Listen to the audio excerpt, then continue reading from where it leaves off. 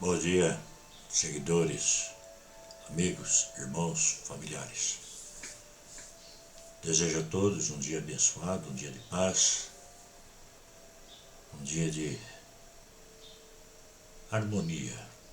Sejam, enfim, portadores da paz de Cristo. Começamos falando das cartas do Apocalipse e falamos da primeira, já vamos falar da segunda. Antes, porém, a gente ouve muito, é o final do mundo, né? Olha como estão as coisas, ninguém mais tem respeito, e uma série de tantas outras, né? E olha, todo mundo hoje tem medo, não falam, mas quando você conversa, todo mundo tem medo do comunismo, do socialismo, da ditadura, disso e daquilo, e é uma série de coisas. E aí fala, o mundo nunca foi assim. Bom, o mundo nunca foi assim para aqueles que não viveram épocas passadas, as eras que são chamadas pré-históricas, né? Porque o mundo sempre foi, depois do pecado de Adão, sempre foi assim. Qual foi a razão do dilúvio? Se você olhar lá em Gênesis, você vai ver. Era uma depravação total. Muito, muito pior que hoje. Passando, vem o dilúvio, e aí começam a se formar as dinastias, né? E todas elas, com exceção do povo de Deus, eram terríveis, ditatoriais, imorais, né? Nossa, era uma coisa. E aí nós podemos ir para os impérios, né? Nabucodonosor e tantos outros, Ciro e Império Romano, que foi um dos maiores impérios e o mais longo, aliás, nunca exterminou, porque de certa forma eles estão até hoje, né? E no século XVI, por exemplo, do terceiro século em diante, a coisa foi crescendo, que chegou no século XVI, era terrível.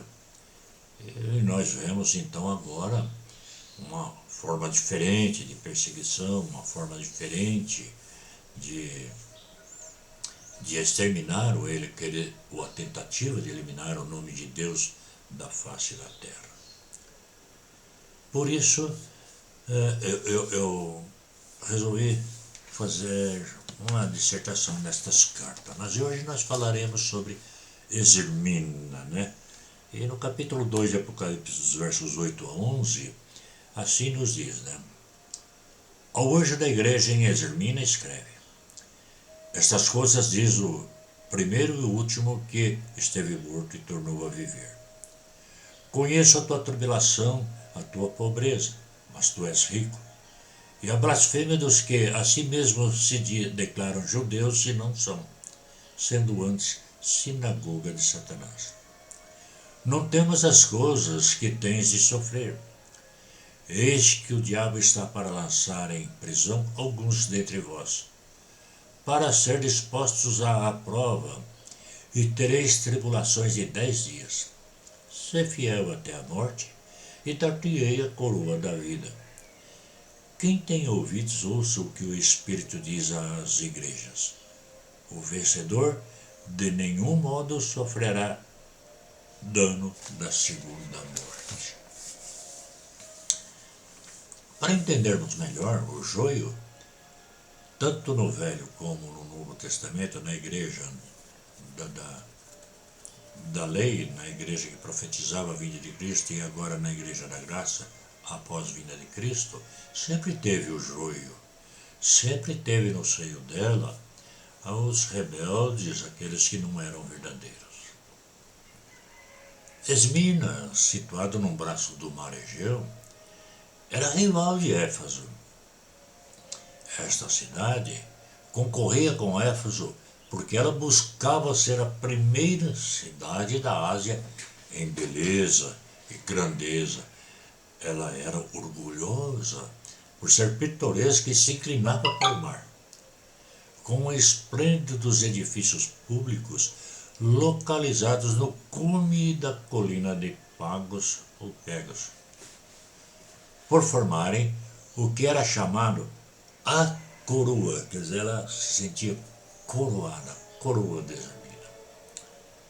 Sua brisa ocidental, o Zéfiro, vinha do mar e se tornava em uma agradável brisa sobre toda a cidade. Então isso mantinha fresca e amena sua temperatura, mesmo durante o verão. Esmirna era uma cidade aliada a Roma e muito fiel e leal ao Império Romano, e reconhecida por ele.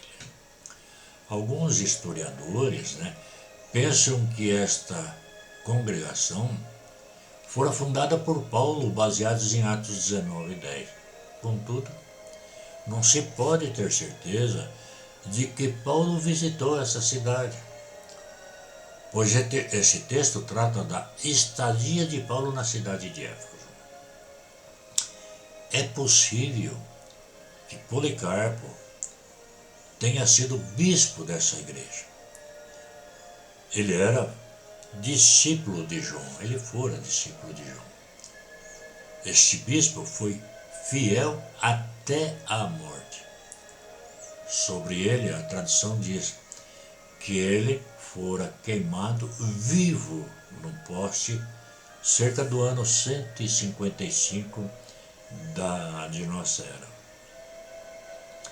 Foi exigido que dissesse: César é Senhor, mas ele recusou. Levado ao estádio, o procônsul lhe instou dizendo: jura, nega Cristo, e eu te porei em liberdade.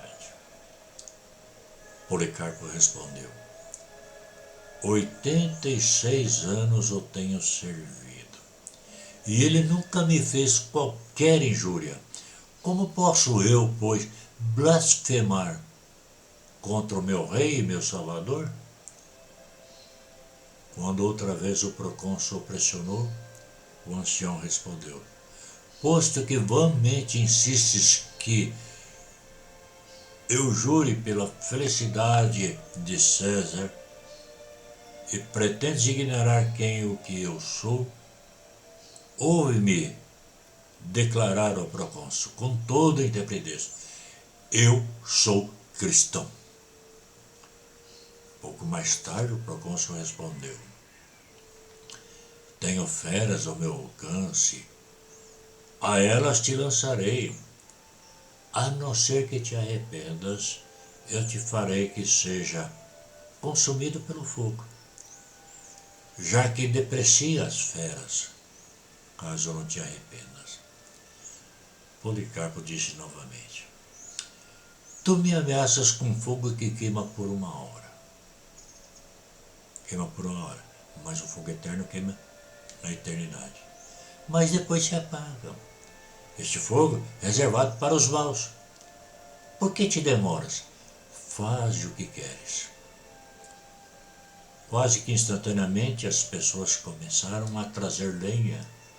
Os judeus, especialmente, segundo o seu costume, assistiram com entusiasmo. Assim Policarpo foi queimado vivo num poste. Não abriu a sua boca, não gritou, não blasfemou, morreu feliz. Esta inserção histórica eu trouxe para nos mostrar quão grande e aflitiva era a perseguição da igreja nos primeiros séculos. Hoje, a Igreja de Cristo se dirige dizendo, melhorando. Cristo se dirige àquela igreja dizendo: estas coisas diz o primeiro e o último, que esteve morto e tornou a viver. Está lá no verso 8. Podemos afirmar assim: aquele que vivia mesmo quando estava morto na carne, o ser eterno, como procedeu em todas as outras castas, também aqui, a autoapresentação como Cristo se harmoniza com o caráter geral da mensagem. Cristo, o conquistador da morte. Foi para o túmulo, mas não ficou. O ser eterno estava qualificado a dizer, como o faz, né, na carta: ser fiel até a morte, e dar-te-ei, aí sim, a coroa da vida. Está no verso 10.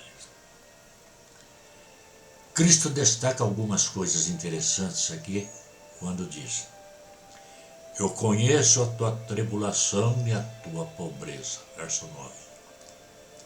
Os cristãos de Esmirna viviam em extrema pobreza e, por serem cristãos, eram frequentemente despedidos de seus empregos. Além disso, materialmente falando, eram pobres.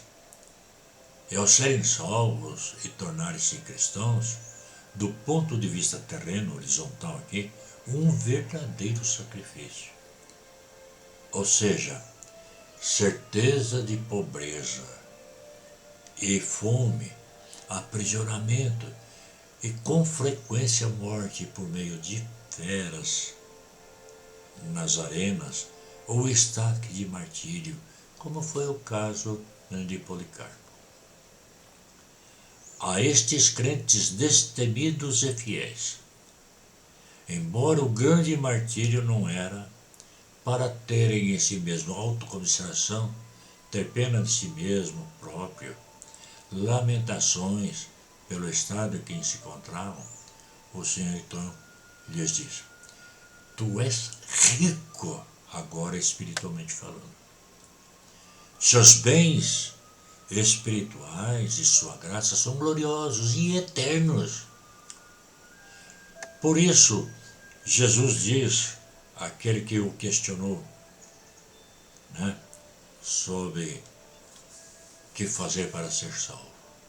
Lá em Mateus 6, 20 a 21, mas ajuntai para vós outros tesouros no céu, onde traça, nem ferrugem corrói, onde ladrões não escavam, nem roubam, porque onde está o teu tesouro, estará aí também o teu coração. Verso 19, 21, disse-lhe Jesus: se queres ser perfeito, vai e vende os teus bens, dá aos pobres, e terás um tesouro no céu. Vem e segue-me. Que conforto para o cristão naquela época. Perseguidos, e para os da nossa época, saber e compreender tudo isso. E a blasfêmias dos que a si mesmos se declaram de Jesus, judeus, e não o são, sendo antes sinagoga de Satanás.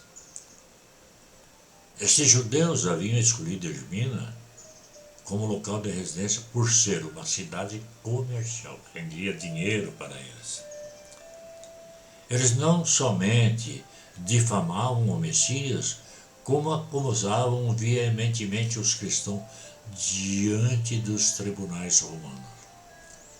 Se encontra isso em Atos 13:50, 14 a 2:19, 17:5, 24:1 a 8. Eram conhecidos como sinagoga de Satanás por serem acusadores dos irmãos, assim como são até os dias atuais. Um aviso e promessa dura.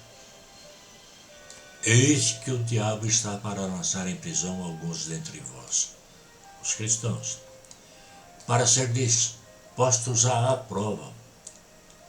Podemos ver, além da perseguição romana, os judeus não salvos, cheios de inveja, ódio, malignos, acusando os cristãos às cortes romanas.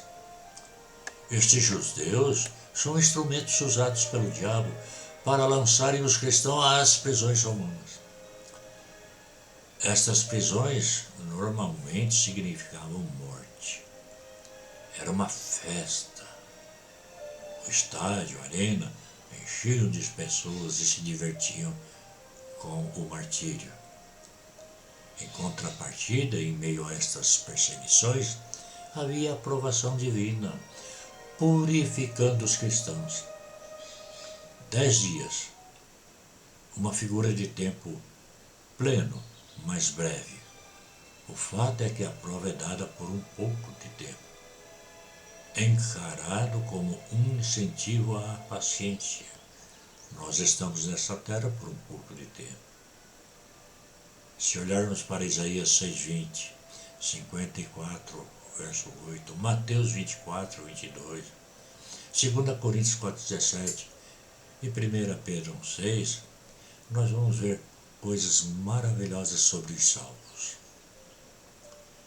Não significa uma mera lealdade até morrer. A expressão ser fiel até a morte significa lealdade e fidelidade, ainda que lhes custe a vida. Não importa os acontecimentos terrenos, pois está prometida a coroa da vida. Está no verso 10 lá. Mesmo que eles passem pela primeira morte, ou seja, física, esse corpo, a segunda não atingirá. Eles estão livres da segunda, mas está lá no verso 11. Esmirna foi leal ao seu chamado, quer dizer, a igreja. Foi verdadeira, portadora à luz de Cristo, ou portadora da luz de Cristo.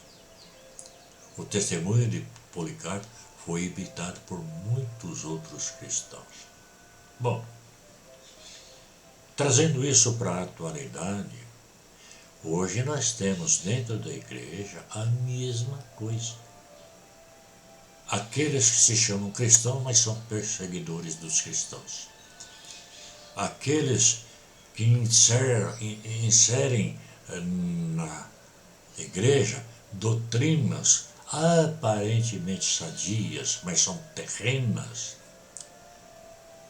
que não falam do pecado, porque falar de pecado é pecado.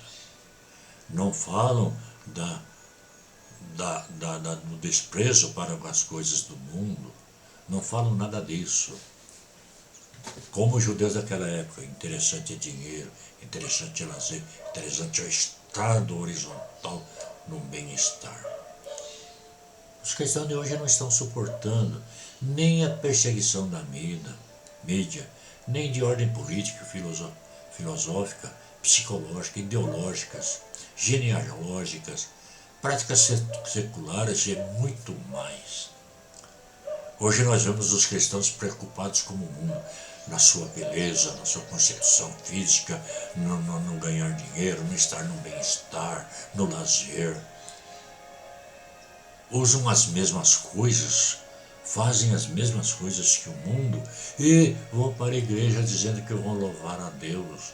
Porém, o seu coração, as suas práticas estão no mundo. Jesus diz: vós estáis no mundo, mas não sois do mundo. Então, se eu não sou do mundo, eu não posso ser igual ao mundo. Sou um peregrino aqui, perseguido. Será que são verdadeiros e receberão a coroa da vida do dia do julgamento final?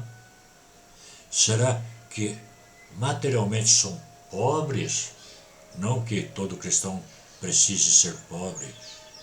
Ele não pode ser pobre de espírito, no espírito. Será que no dia do julgamento final, toda a igreja, com este joio no meio, inclusive o joio, receberá a coroa da vida? E aí cada uma pergunta a cada um de nós: como nos estamos situando e vivendo diante de tudo que estamos presenciando? Como Cristo está olhando para nós e nossa vida? Como estamos sendo conceituados para a glória de Cristo? Somos um candeeiro debaixo do alqueire ou debaixo da cama, onde não ilumina um quarto? Ou somos a luz que está exposta, que transcende as paredes do quarto. Estamos nos escondendo? Pense nisso, medite. Deus te abençoe.